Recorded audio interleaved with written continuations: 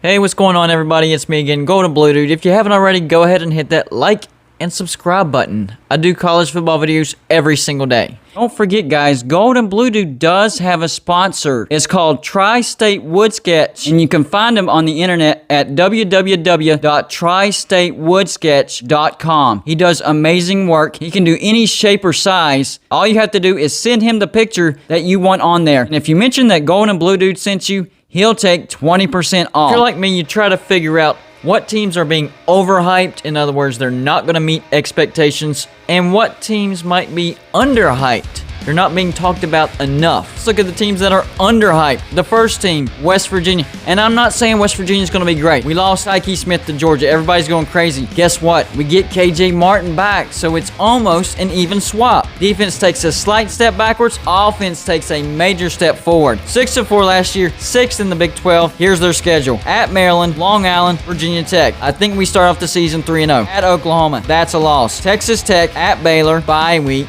At TCU, potential loss. Iowa State, I'm going to split that. I think we win one of those and lose one of those. So that's 2 losses. Oklahoma State, at Kansas State, Texas, at Kansas. I think at most, West Virginia has 3 losses. Number 9 on the underhyped list, Purdue. They finished the season 2-4, 6th in the Big Ten West, but I think the tipping point was that game against Northwestern. They have much of that really talented team from last year. Here's their schedule. Oregon State, at UConn, at Notre Dame. But Notre Dame doesn't have all that great of home field advantage. It's not that tough. And Purdue can travel pretty well to Notre Dame. Illinois, Minnesota, bye week. At Iowa, I do think that's a loss. Wisconsin, could be back-to-back losses. At Nebraska, Michigan State, at Ohio State, at Northwestern, and Indiana. So Purdue could be looking at 3 or 4 losses, but that's still much better than last year in a halfway decent bowl. Number 8 on this list, Iowa. People are overlooking this team. Last year they finished 6-2, 2nd in the Big Ten West. A lot of talent coming back at Iowa. Halfway decent schedule. They start off the season a home game against Indiana. I think that's a win. I really do. At Iowa State, that's a rivalry. They could pull that off as well. Kent State, Colorado State, at Maryland,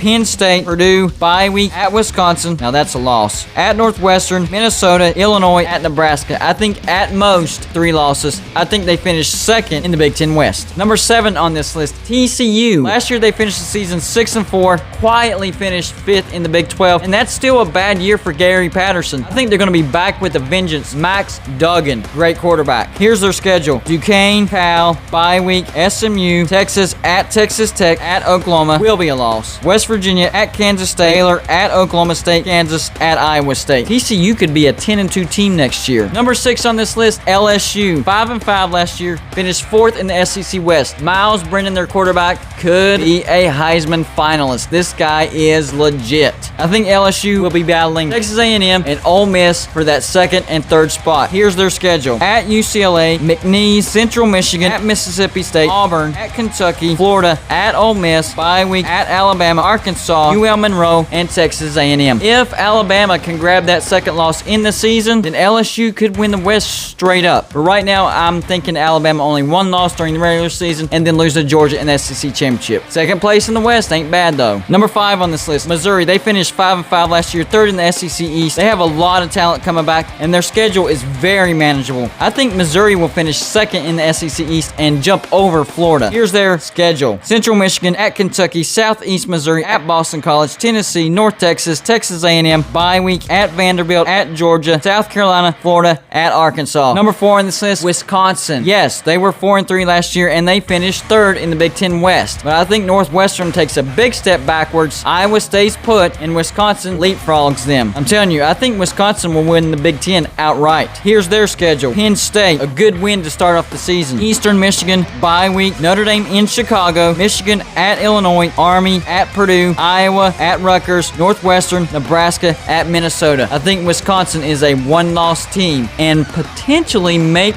the playoffs. It's going to be close. Number 3, Washington. This is kind of a no-brainer to me. 3-1, 1st in the Pac-12 North. They have a very manageable schedule. I love this schedule. Montana at Michigan. I think they'll get that road win. win. Arkansas State, Cal, at Oregon State. Then a bye week. UCLA, at Arizona, at Stanford, Oregon, Arizona State, at Colorado, and Washington State. So they get Oregon at home. Their toughest game at Stanford, maybe? Yeah, Washington will win the Pac-12 North again. This year, I think they can actually make the Pac-12 championship. Number 2 on the underhyped list, Arizona State. They have Jaden Daniels. This is going to be a great team. In fact, I think they can win the Pac-12 South. Last year, they finished 2-2, 4th in the Pac-12 South. I think that's a completely different story this year. Here's their schedule. Southern Utah, UNLV, at BYU. So their out-of-conference is cake. Yeah, even at BYU. BYU is not going to be very good at all. Then Colorado, at UCLA, Stanford, at Utah, bye week. Washington State, USC at home, at Washington, at Oregon State, and Arizona. 2 losses, and I think that will be good enough to win the Pac-12 South and get to the Pac-12 championship. Keep your eyes on the Sun Devils. The number 1 most underhyped team on my list is Penn State. Last year, they finished the season 4-5, 3rd in the Big Ten East. They got off to a very slow start, including a 2-point conversion win by Indiana, which was not successful, but the refs called it a 2-point conversion. Well, from there, they reeled off 5 losses, but finished the season with 4 wins. Penn State fans are forgetting that their coach, James Franklin, gives them pretty much double-digit win seasons other than last year. Short memories Penn State fans have. I think they bounce back in a